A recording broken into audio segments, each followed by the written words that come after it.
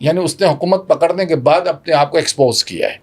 اس سے پہلے جو تھا جب تک اس کے والد زندہ تھے اس وقت کوئی ایسی چیز لوگوں کی نظر میں نہیں اتری تھی جس میں اعتراض کیا جائے کہ تم ایک ایسے شخص کو حکومت دے رہے ہو جو فاسق اور فاجر ہے. ایسی کوئی بات جو ہے نا ملتی نہیں. ہاں آپ کو من گھڑت روایتیں ضرور ملیں گی جس کی حقیقت نہیں ہے, ٹھیک ہے نا. آپ سوال کر رہے ہیں ہم سے, آپ سے سوال کر رہے ہیں, تو یہ سوال سب سے بڑا اٹھتا ہے ان صحابہ کرام سے جن کا اپنا کردار وہ تھا کہ وہ سوال ہی نہیں پیدا ہو سکتا تھا کہ ایک فاجر حاکم کو اپنے پر مسلط کر دے. لیکن ان کا صرف ایک ہی اعتراض تھا, کیونکہ آپ نے ایک پہلے تو امام حسین کے ساتھ معاہدہ تھا, معاہدہ ختم, حضرت امام حسین کی وفات ہو گئی تو طرفین کا معاہدہ خود بخود ختم ہو جاتا. اگر دو فریق میں سے ایک کی وہ وفات ہو جائے تو پھر معاہدہ رہتا نہیں ہے, قانونی طور پر اس کی کوئی حیثیت نہیں رہتی ہے. تو اس کے بعد جو ہے انہوں نے کہا کہ یہ چیز شورا میں جانا چاہیے. تو ہوا یہ تھا کہ اس سے پہلے ہی, کیونکہ شورا جو تھی اس پہ بہت سے لوگ تھے بوڑھے ہو چکے تھے, وفات کر جو اصل شورا تھی جس میں مہاجرین انصار کے تھے, یعنی اس سے اکثر لوگ جو تھے دنیا سے انتقال کر چکے تھے. بہت یعنی جو صحابہ کے یعنی وہ لوگ بچے تھے جو رسول اللہ کے زمانے میں چھوٹے تھے, زیادہ بزرگ نہیں تھے, ان کی تعداد جو تھی جو بڑے جیسے عبداللہ بن عمر تھے, یہ تو کچھ ایسے لوگ تھے جو اس زمانے میں آہستہ آہستہ اپنے بڑھاپے کی طرف جا رہے تھے. لیکن اکثریت جو تھی بڑے عمر کی جو صحابہ تھے جلیل قدر, ان کا تو وفات ہو چکا تھا. جو شورا بنی تھی پہلے بنو ثقیفہ میں بنی تھی, اس کے علاوہ جو شورا بنتی رہی وہ شورا کا اکثر وقت ختم ہو چکا تھا. اس کے علاوہ جو تھا بصرہ کے لوگ اور شام کے لوگوں نے پہلے بیعت کر لی تھی یزید کی, یعنی جب انہوں نے بیعت کے معاملہ شروع کیا تو بیعت کر چکے تھے. اب ایک معاملہ ایسا آ چکا تھا کہ یا تو بیعت کی جائے. ان کو اعتراض یزید کی شخصیت پہ نہیں, طریقہ کار پہ تھا. کس کو؟ عبداللہ بن عمر کو, عبد الرحمن بن ابو بکر صدیق کو اور عبداللہ بن زبیر کو. یہ تین بڑی شخصیات تھی جنہیں اعتراض طریقہ کار پہ تھا, شخصیت پہ نہیں. شخصیت میں کسی کچھ بات نظر نہیں آتی. ایک اور روایت ہمیں ملتی ہے امام محمد بن حنیفیہ جو سیدنا علی کے تیسرے بیٹے ہیں, یعنی دوسری بیوی سے حضرت علی کے تیسرے بیٹے ہیں, اور انہوں نے کربلا کے واقعے کے بعد جا کر یزید کی بیعت کی ہے. یہ بھی آپ کو ملتی ہے, باقاعدہ اس پہ روایت ملتی ہے, حدیث صحیح سند کے ساتھ ملتی ہے کہ کربلا کے بعد جا کے انہوں نے بیعت کی, اور ان سے جب واقعہ ہو رہا ہوا لوگوں نے جب یزید کی بیعت توڑ دی تھی, یزید کی بیعت آپ نے کہا نا کہ لوگوں نے کیوں نہیں کہتے, یہ تو ان لوگوں نے جن لوگوں نے مکہ مدینہ والوں نے یزید کی بیعت کی تھی انہوں نے بیعت توڑ دی تھی واقعہ کربلا کے بعد. تو انہوں نے کہا تھا کہ میں نے تو یزید پہ ایسا کچھ نہیں دیکھا ہے, اس کی وجہ سے آپ بیعت توڑ رہے ہو. کیا اتنا بربریت کرنے کے بعد بھی لوگوں کو کوئی شک تھا؟ دیکھیں ایک بات, اچھا ایک چیز یہ ہے, رسول کے روضے اور حضرت علی کے جو لخت جگر تھے ان کے ساتھ اتنا ظلم اور بربریت کرنے کے بعد ان کے یزید کے کیریکٹر کو سمجھنا کوئی مشکل ہے. نہیں, دو چیزیں نا, وہی بات آ جاتی ہے. ایک تو کمیونیکیشن کربلا میں کیا ہوا تھا, ٹھیک ہے نا. یہاں پہ جو ہمیں جو پڑھایا جاتا ہے نا کربلا کے واقعے کو جو دیا جاتا ہے, وہ ایک شخصیت ہے جس کا نام ہے لغود ابن مخفف, ایسی مخنف نام ہے ان کا, ٹھیک ہے نا. اور وہ کذاب بن کذاب ہے, کذابین میں سے یعنی جھوٹوں میں سے ایک ہے. اس نے زیادہ جو ہے نا ساری چیزوں کو لکھا ہے کربلا کے اندر. اگر آپ اس کو چھوڑ کر امام طبری کو پڑھ لے یا بلادری کو پڑھ لے تو انہوں نے کچھ اور سینیریو کریٹ کیا ہے. اب آپ اندازہ کریں, یہ امام حسین رسول اللہ کے بیٹے ہیں, وہ رسول اللہ جنہوں نے غزوات کیے, انہیں پتہ ہے جنگیں کیسی لڑنی ہے. امام حسین کے بیٹے امام علی کو جنگوں کا پتہ ہے کہ جنگ لڑنی کیسے, یعنی ان کی تربیت ہوئی ہے کہ جنگ کرنی کیسی ہے. حالانکہ جنگ کی نیت سے نہیں گئے تھے, لیکن اس کو اگر آپ کربلا کے واقعے کو اٹھا لیں نا تو آپ کو اندازہ ہو جائیں گے کہ یار اس کو تو وہاں پڑھانا چاہیے جہاں پہ کہتے ہیں نا وہ کرائسس ہوتا ہے, کیا بولتے ہیں کرائسس مینجمنٹ کا اندر, کہ آپ کے پاس اتنی بس مادی تھوڑی چیزیں آپ مینجمنٹ کر کے دکھائیں. تو جس طریقے سے حضرت امام حسین نے اس دور کے اندر یہ کہا جاتا ہے کہ دوسرے محرم میں آپ کا پڑا ہوا ہے, اور 7 محرم کو آپ کو پانی بند کر دیا گیا. تو کیا آپ سمجھتے ہیں کہ ایسی وہ شخصیتوں کی جس کو پتہ نہیں ہوگا کہ آنے والا وقت کیسا ہو سکتا ہے, پانی میرے لیے کتنی امپورٹنٹ ہے, کیا میں اپنے مشکیزیں اپنے چیزوں کو سیو نہیں کروں؟ یہ چیزیں آپ کو وہاں نہیں ملیں گی, مرثیہ خوانوں میں نہیں ملیں گی, لیکن جہاں دوسری جگہ آپ اٹھائیں گے تو وہاں آپ کو باقاعدہ مل جائیں گی کہ امام حسین نے اپنے اونٹ ذبح کر کے اس طریقے سے اسٹریٹجی بنائی تھی کہ دشمن میرے پیچھے سے حملہ نہ کرے, دشمن کو میں سامنے ہی رکھوں, ان کی اسٹریٹجی پڑھیں کہ وہ کس طریقے سے امام حسین کی جنگ کو تو میں کہتا ہوں ہمیں کاکل میں پڑھانا چاہیے. ہمیں اگر اس کو مغربی یورپین پڑھے تو اس کو ویسٹ پوائنٹ پڑھائے گا, اس کو سن ہرٹس پڑھائے گا. امام حسین نے یہ جو جنگ کی ہے, ایک دن کی جنگ, کس طریقے سے اس کی اسٹریٹجی تھی, اور پھر ڈپلومیسی جو اسے جاری رکھی تھی, یعنی ایک جو ان کے آپس میں کلام ہوتا ہے. یہ تو مرثیہ خوانے دکھا رہے ہیں, یہ تو حقیقت سے پردہ ڈال رہے ہیں. اس میں تو وہ سعد بن عمر مجبور ہو گیا تھا کہ ایک جگہ پہ یہ کہا جاتا ہے, اہل تشیع کی طرف سے کہا جاتا ہے کہ جی امام حسین نے جو ہے نا یہ مطالبہ نہیں کہتے یزید کی طرف یعنی مجھے بھیج دیا جائے. ٹھیک ہے, اگر یہ مان لیا جائے نا, یہ تو بڑی اس کی مطلب ڈپلومیسی کی کامیابی ہے کہ اگلا فریق مجبور ہو گیا کہ یار ایسا کیوں ہو جائے کہ ان کو آپس میں ملا دیا ہے. اور یہ چیز خام کیا تھا شمر بن جوشن کہ اگر یہ یزید کے پاس چلا گیا تو معاملہ ختم, ہمارے ہاتھ سے نکل جائے گا, اس کو یہی ختم کر دو. حالانکہ سعد بن عمر جو تھا وہ کوشش میں ہی لگا ہوتا ہے کہ جنگ نہ ہو میری اس کے ساتھ, کیونکہ وہ ایک ڈپلومیسی طریقہ ہوتا ہے نا بات کرنے کا. مرثیہ خانے آپ کو یہ چیزیں نہیں بتائیں گی, مرثیہ چیزیں یہ آپ کو بس رونا سکھائیں گی, حقائق سے پردہ ڈالیں گی. حقائق جب آپ پڑھیں گے کہ یار یہ تو بڑا جینیس بندہ تھا جس نے اتنے بندوں سے لے کے ہزاروں بندوں کو کس طریقے سے فیس کر رہا ہے. جب آپ پولیٹیکل سائنس کے بندے کسی کو بٹھائیں گے تو وہ آپ سے سوال پوچھیں گے, حضرت انہوں نے سمجھوتا کیوں نہیں کیا؟ تو انہوں نے یہی بتایا کہ میں مر مٹ جاؤں لیکن میرے اصول زندہ رہے, نظریات یہی فیس کرے. پھر اس کے بعد جب دور چلتا ہے بی بی زینب کا, وہ پڑھنے کی بات ہے کہ کس طریقے سے انہوں نے پروپیگنڈا مشینری جو انہوں نے ایجاد کی تھی, پروپیگنڈا مشینری تھی نا کہ باغی ہیں ملک کے حکمران کے خلاف, حکومت کے خلاف, وہ آ رہے ہیں. تو انہوں نے اب دیکھیں اندازہ کریں کوفہ میں داخل ہوتے ہیں, کیا روتے ہوئے داخل ہوئے؟ اگر آپ اندازہ کر رہے ہیں کہ آپ روتے روتے جائیں گے, کہ یار آپ مجبوری ہے, ہمدرد آپ سے کریں گے, لیکن آپ کا جو اصل بنیاد ہے, آپ کے جو نظریات ہیں وہ تو زائل ہو گئے نا, جس کے لیے آپ نے اتنی بڑی قربانی دی ہے. اس ہمت اور حوصلے سے داخل ہوتی ہیں وہ بیبیاں کہ سامنے والے رونے لگ جاتے ہیں کہ ہم نے کیا کیا اس کے ساتھ. اور جب ان کے بچوں کو جو ہے نا مطلب کھجوریں کچھ دی جاتی ہے تو اٹھا کے ان کے ہاتھ سے چھینی پھینکتے ہیں, ہم اہل بیت سے ہم پہ صدقہ حرام ہے. یہ وہ کردار تھا جو آپ کو نہیں ملے گا, ان میں مارگاہوں میں نہیں ملے گا آپ کو. لیکن اس میں کوفیوں کا بھی تو کردار انتہائی خراب ہے. انہوں نے خطوط لکھ کے حضرت امام حسین کو بلایا وہاں پر کربلا میں, اور پھر اس کے بعد تنہا چھوڑ دیا. کوئی ایک نے بھی یہ ہمت نہیں کی کہ آ کے ان کی مدد کرتے. امام حسین نے یہی تو بتایا آپ کو کہ دیکھیں ایک طرف غدار ہے, دوسری طرف ظالم ہے. دھوکے بازی کی نا انہوں نے. ایک طرف تو ظالم ہے جو کھل کر آ گیا ہے, اور ایک طرف بڑا غدار, کیونکہ دیکھیں کھل کے آنے والا جو ہے نا وہ ذرا کم تر ہوتا ہے اس سے جو چھپا ہوا ہوتا ہے. تو کوفی جو ہے نا اس سے بڑے ظالم تھے کیونکہ وہ چھپے ہوئے تھے, وہ تو کھل کے آیا ہوا تھا سامنے اور یہ چھپے ہوئے تھے. لیکن امام حسین کی جو اصل پیغام کو جو ہے نا ہمیں کس طریقے سے پہنچانا ہے. اور انہوں نے کوفیوں نے یہ کہا تھا کہ آپ ادھر آ جائیں, ہم آپ کے اوپر بیعت کریں گے. یہ تو اپنی جگہ پہ درست ہے نا. مطلب کوفیوں نے خطوط لکھتے رہے, پھر اس وقت امام حسین نے آ کے پڑاؤ ڈالا تھا یہاں پر. دیکھیے امام حسین جو ہے نا, میں بتا رہا ہوں کہ شخصیت جو ہے نا سیاست سے دور تھی. اب دیکھیں سوال ہے کہ سارے لوگ بیعت کر رہے ہیں. مولانا مودودی نے اپنی کتاب لکھ دی خلافت مملوکیت, اس میں ایک سوال اٹھا لیا کہ جب سب امام حسین نے بیعت نہیں کیا تو سارے کیوں بیعت کر لے. حالانکہ سوال بنتا ہی نہیں, غیر منطقی ہے. سوال یہ تھا کہ یہ جاننا چاہیے کہ امام حسین نے بیعت کیوں نہیں کی. اس کا جواب بڑا مختصر ہے کہ اگر آپ پڑھیں گے, قرآن کو پڑھیں گے, دین کو پڑھیں گے, تو آپ سمجھ میں جائیں گے کہ امام حسین ایک صاحب الکشف انسان تھے. اسی طریقے سے معاملہ تھا ان کا اور باقی صحابہ کا, جیسا کہ حضرت موسیٰ اور حضرت خضر علیہ السلام کا. حضرت خضر علیہ السلام صاحب شریعت تھی, شریعت کے مالک تھے. جب حضرت خضر علیہ السلام نے ایک بچے کو قتل کیا تو کہا تم نے یہ کیا کر دیا. باقی شریعت تو اجازت نہیں تھی کہ کسی کو بنا سبب قتل کر دے گی, لیکن حضرت خضر علیہ السلام کے پاس کہا کہ نہیں, اس کی جبلت میں کفر تھا اور یہ بڑا ہو کر جنا کفر پھیلائے گا اور اپنے ماں باپ کو بھی اس طرف لگائے گا. یہی وہ کشف تھا جو امام حسین کو یزید کی اصل صورت دکھا چکا تھا. تو اس لیے نبی صلی اللہ علیہ وسلم نے فرمایا ہے کہ تم ان کے خلاف جب تک نہ نکلو, اپنے حکمران کے خلاف, جب تک کہ تم ان کے خلاف کفر بواح یعنی ظاہراً کفر تمہیں نظر نہ آ جائے, پھر تمہارے لیے جو ہے اللہ کی طرف سے حجت بیان ہو جائے گی. تو حضرت امام حسین کے لیے تو ایک حجت قائم تھی کہ یہ جو ہے جبلت میں کفر رکھتا ہے, چاہے سامنے ابھی لوگوں کے ابھی مطلب شریف بنا پھر رہا ہے, لیکن اندر جو ہے اس کے اندر کفر ہے, تو میں تو اس کی بیعت نہیں کر سکتا جس چیز کو اللہ نے مجھ پہ ظاہر کر دیا ہے.